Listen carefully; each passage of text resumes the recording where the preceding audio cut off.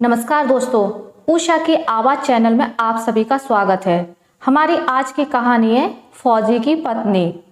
परम की छुट्टियां खत्म होने को आ गई थी और उसका वापस ड्यूटी पर जाने का समय आ गया था।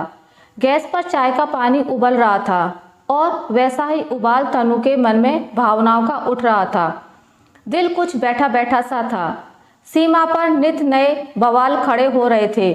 फौजियों की छुट्टियां रद्द हो गई थी। परम भी तो पूरे 7-8 महीने बाद इस बार घर आ पाया था, वो भी बस चंद दिनों के लिए। पिछले 8 महीनों से वह लगातार सर्च ऑपरेशन पर ही आतंकवादियों की धरपकड़ में जंगल जंगल और खतरनाक इलाकों में घूमता रहा है। महीनों से वह एक दिन भी चैन से नहीं बैठ पाया है। आगे अचानक पता नहीं क्या इमरजेंसी आ जाए, इसलिए उसे कुछ दिनों की छुट्टी दी गई। फिर पता नहीं कब। परम का मन भी अंदर से अजीब सा हो रहा था। तनु को छोड़कर ड्यूटी पर वापस जाना सोचकर ही उसकी जान पर बन आ रही थी, लेकिन ड्यूटी तो ड्यूटी है, हर हाल में निभानी पड़ेगी। और फिर वो ठहरा पैरा कमांडो, उसके कंधों पर तो अतिरिक्त जिम्मेदारी है। वह तनु को खुश रखने का प्रयत्न कर रहा था ताकि उसके साथ मिले ये चंद दिन प्यार और सुकून से कट जाए, लेकिन वह देख रहा था कि तनु की आंखें बार बार भर आती थी। वह मुंह दूसरी ओर करके चुपचाप आंसू पोंछ लेती। परम के सीने में कसक सी उठी। 15 दिन की छुट्टी में से 10 दिन बीत चुके थे। ड्यूटी पर उसके लिए रात दिन बराबर थे और यहाँ आकर भी उसकी आंखों में नींद नहीं थी। वह रात भर जागकर तनु के सिर पर हाथ फेरता, उसे देखता रहता। पता नहीं यहाँ से वापस जाने के बाद कितने महीनों तक उसे दोबारा देख नहीं पाएगा। देख भी पाएगा या नहीं, ये भी नहीं पता। और उसके दिल में बुरी तरह से एक हौल उठता, आंखें भर आती। कब किस जंगल में सर्च ऑपरेशन के समय वह आतंकवादियों की गोली का निशाना बनकर अखबारों और न्यूज चैनलों की सुर्खियों में ही बाकी रह जाए। आंखों से बहते आंसू वह चुपचाप पहुंच लेता था। कमांडो है तो क्या हुआ, एक पति भी तो है और अपनी पत्नी से जान से ज्यादा प्यार करता है। थोड़े दिनों की छुट्टी में भी उसे घर की चिंता सताती है। सब ठीक है कि नहीं, घर में जरूरत का सामान है या नहीं। उसके चले जाने के बाद तनु को परेशान ना होना पड़े, हर संभव वह तनु को हंसाने की कोशिश करता रहता, माहौल सामान्य बनाए रखने का प्रयत्न करता।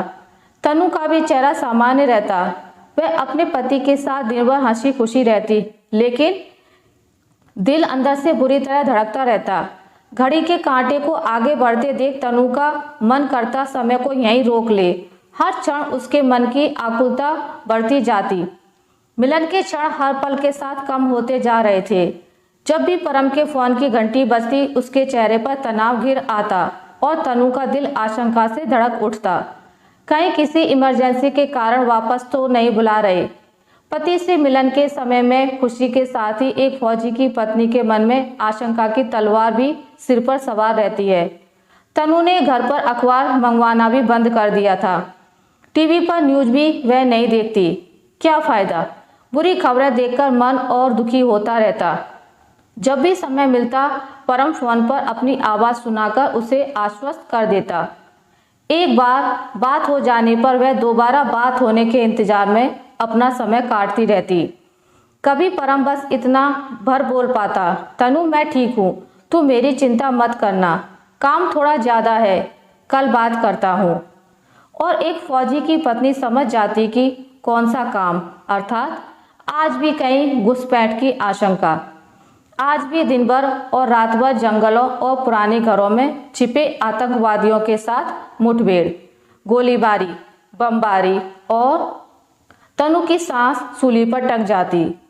कान एक व्यग्र प्रतीक्षा में लग जाते कि कब फोन आए और परम बस इतना बोलेंगे, तनु मैं ठीक हूँ। गले से निवाला तो क्या पानी का घूंट भी नीचे नहीं उतर पाता। एक बार 2 दिन तक परम का फोन नहीं आया। तीसरे दिन रात को 2:30 बजे परम को मौका मिला उसे फोन करने का। उसने ठीक होने की खबर के साथ ही पता चला कि 2 दिन से जंगलों में घुसपैठियों का पीछा करते हुए उसने खाना भी नहीं खाया था। रात के 2:30 बजे दुश्मनों को मारने के बाद जंगल की लकड़ियां इकट्ठा करके उन्हें जलाकर एक बर्तन में वे लोग साथ लाए नूडल्स उबालकर खा रहे हैं। परम और उसके 4 साथी कमांडो तनु का भी जी भर आया। गले में कुछ अटक गया। तीसरे दिन शाम को जब पूरा जंगल अच्छे से छानकर सभी दुश्मनों को खत्म करके परम ने यूनिट में आकर खाना खाया, तब तनु के गले से रोटी नीचे उतरी। अरे ये आप क्या कर रहे हैं? परम को रसोई घर में कुछ काम करते देखकर तनु ने पूछा। वह अभी नहाकर निकली थी। पनीर की सब्जी बना रहा हूँ, परम ने जवाब दिया। आप बैठिए ना, मैं बनाती हूँ, तनु ने प्यार से कहा। तू रोटी बना, आज सब्जी मैं अपने हाथ से बनाकर खिलाता हूँ, परम प्याज टमाटर काटते हुए बोला। तनु ने देखा कितना खुश लग रहा था परम रसोई का काम करते हुए। हमेशा ग्रेनेड और बंदूक थामकर रखने को मजबूर हाथ आज अपनी पत्नी के लिए खाना बना रहे हैं। काश ये खुशियों के, सुकून के, खिलखिलाहटों के पल यहीं थम जाएं और हमेशा बने रहें। क्यों कुछ लोग चैन से रहना नहीं चाहते और अपनी महत्वाकांक्षाओं की आग में बसे हुए घरों को स्वाहा करते रहते हैं। परम की छुट्टी के 15 दिन भी बीत गए। आज रात वह वापस जाने वाला था। तनु नहाने गई तो बहते पानी के नीचे देर तक आंसू भी बहाती रही। सीने में अजीब सा दर्द हो रहा था। परम के सामने रोकर वह उसे कमजोर नहीं करना चाहती थी, इसलिए शावर के नीचे ही अपने मन का गुब्बार निकाल रही थी। रात जब परम को बस स्टैंड तक छोड़ने के लिए ड्राइवर ने कार निकाल ली तो तनु फिर से अपने आप को संभालना नहीं गया। वह परम के कंधे पर लगकर सिसक पड़ी। मत जाओ मुझे छोड़कर। पगली, तू तो हमेशा मुझे हिम्मत बंधाती रहती है। तू ही ऐसे कमज़ोर पड़ जाएगी तो मेरा क्या होगा? परम उसके सिर पर हाथ फेरता हुआ बोला। मैं कैसे रहूँगी अब आपके बिना? आजकल तो एक पल के लिए भी चैन नहीं मिलता। हर पल एक डर लगा रहता है, तनु बिलखते हुए बोली। मेरे लिए रहना क्या आसान होगा तुम्हारे बिना? बस कुछ ही महीनों की तो बात है। सरहद और सीमा के आसपास के इलाकों में शांति हो जाए, फिर मैं तुम्हें भी अपने साथ ले चलूँगा या अपनी पोस्टिंग यहाँ करवाने की कोशिश करूँगा। अपने कमांडो पर भरोसा रखो। तुम्हारा प्यार और साथ है ना मेरे साथ। विश्वास रखो, मुझे कुछ नहीं होगा, परम उसे गले लगाते हुए बोला। तनु की आंखों से लगातार आंसू बह रहे थे। तनु, लिपस्टिक लगाकर आओ ना, अचानक परम बोला। क्यों? तनु आश्चर्य से बोली। जाना, लगाकर आ, परम ने आग्रह से बोला। तनु जाकर लिपस्टिक लगाकर आई। इस पर अपने होठों के निशान दे। परम ने अपना मोबाइल फ़ोन तनु के चेहरे के सामने कर दिया। तनु ने अपने होठ मोबाइल के कवर पर रख दिए। उसके लाल होठ सफ़ेद कवर पर छप गए। अब आगे कुछ महीनों के लिए यही स्मृति परम का आधार बनी रहेगी।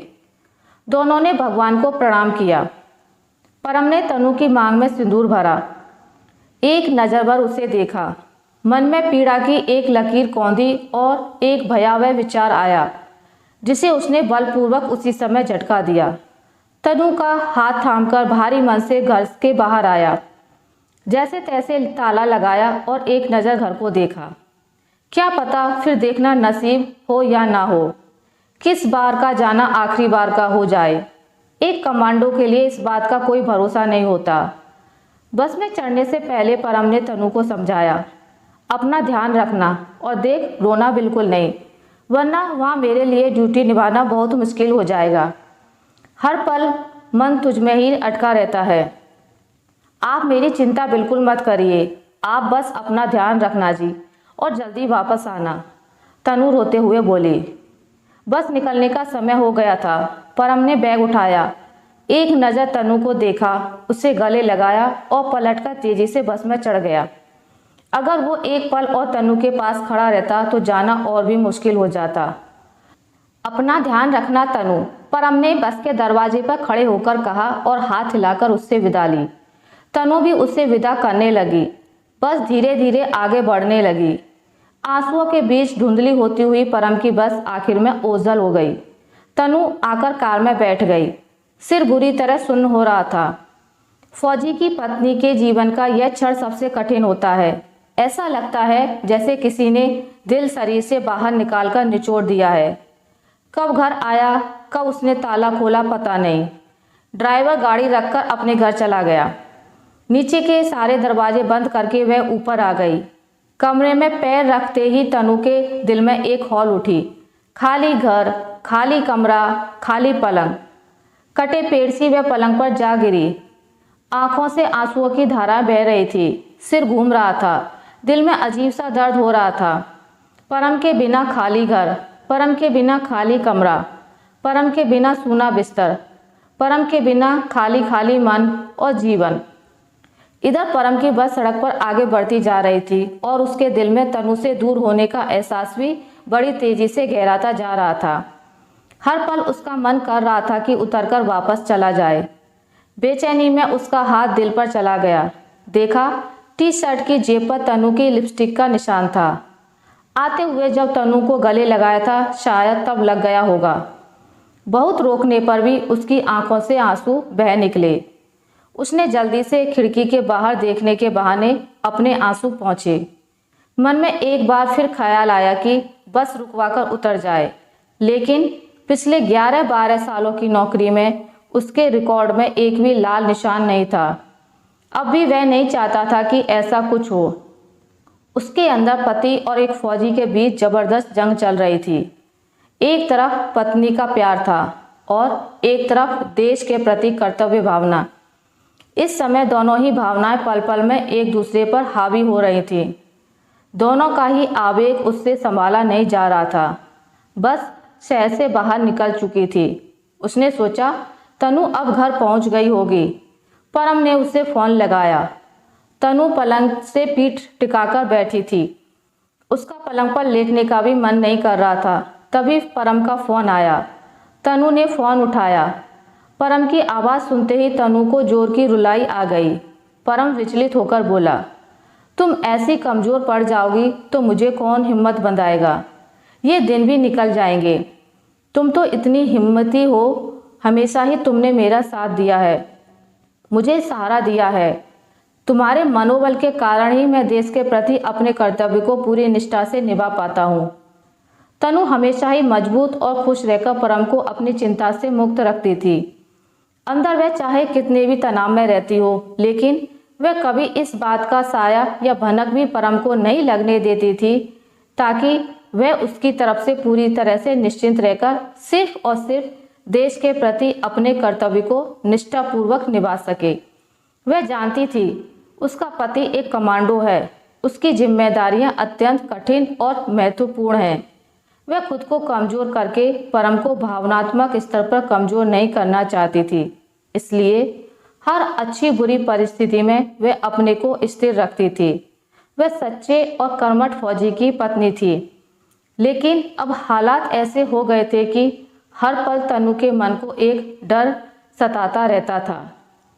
आजकल उसका मन बड़ा कच्चा सा हो गया था। हर समय मन में एक आशंका सिर उठाए रहती थी। फिर भी जैसे तैसे अपने को संयत करके बोली, आप मेरी चिंता मत करिए जी, मैं ठीक हूँ। चल लाइट बंद करके सो जा। मैं पूरी रात तुझसे बातें करता रहूँगा। यही समझना कि तेरे साथ ही हूँ। परम प्यार से बात करता रहा। दोनों के पास सिर्फ एक दूसरे की आवाज़ का ही तो सहारा था। अब दिल को थोड़ी तसल्ली रही। अब अगली बार मिलने तक बस एक दूसरे की आवाज़ सुनकर ही खुद को बहलाए रखना होगा। परम को ड्यूटी पर गए 8 दिन हो गए। उसके साथ छुट्टी पर बिताए 15 दिन तनु को सपने जैसे लग रहे थे। जीवन में फिर वही सन्नाटा, खालीपन और इंतजार कि कब दोबारा मिलन हो। ये सब तो शायद फौजी की पत्नी को विवाह के गठबंधन में ही बांध देता है विधाता। फौजी तो एक ही शर्त पर ड्यूटी देता है, लेकिन फौजी की पत्नी रात दिन डर, आशंकाओं, अकेलेपन, असुरक्षा, खालीपन की ना जाने कितनी ही सरहदों पर रोज अनगिनत जंग लड़ती है और तब भी अपने अंदर चल रही सारी जंग को छुपाकर अपने पति को ढांढस बंधाती रहती है, ताकि वह देश के प्रति अपने कर्तव्य को भली भांति निभा सके। तनु भी परम से फ़ोन पर बात हो जाती है तो चैन की सांस लेता और फ़ोन रखते ही फिर से बात होने की भावनाओं के ना जाने कितने सागरों में डूबती रहती। आज सुबह ही परम ने बताया था कि ज़रूरी काम से बाहर जा रहा हूँ, दिन में फ़ोन नहीं कर पाऊँगा। शाम को वापस आते ही बात करूँगा। दिन तो जैसे तैसे कट गया, लेकिन 4 बजे के बाद से 6:30 बजे तक तनु की सांस सीने में अटकी रही। गले में कुछ फंसा हुआ था। अंतर में एक अकुलाहट रही।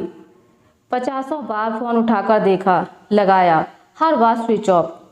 7 बजे तक वह क्षण भर भी चैन से नहीं बैठ पाई। छाती में सांस घुट सी रही थी। यह हर दूसरे रोज की कहानी थी। तभी मोबाइल फ़ोन की रिंग बजी। परम का फ़ोन था। उसकी आवाज़ सुनते ही तनु की आंखें छलछला आईं और उसे लगा ना जाने कितने दिनों बाद उसने चैन की सांस ली है। यह चैन अभी तो है, कितने घंटों तक बरकरार रह पाएगा, अगले ही पल क्या होगा, वह फौजी की पत्नी नहीं जानती। आशा करती हूँ आपको मेरी आज की कहानी अच्छी लगी होगी। अगर आपको मेरी ये कहानी अच्छी लगी है तो इसे लाइक करें, ज़्यादा से ज़्यादा शेयर करें, और अगर आप मेरे चैनल पर नए हैं तो इसे सब्सक्राइब करना ना भूलें। मिलते हैं एक नई कहानी के साथ, तब तक के लिए नमस्कार।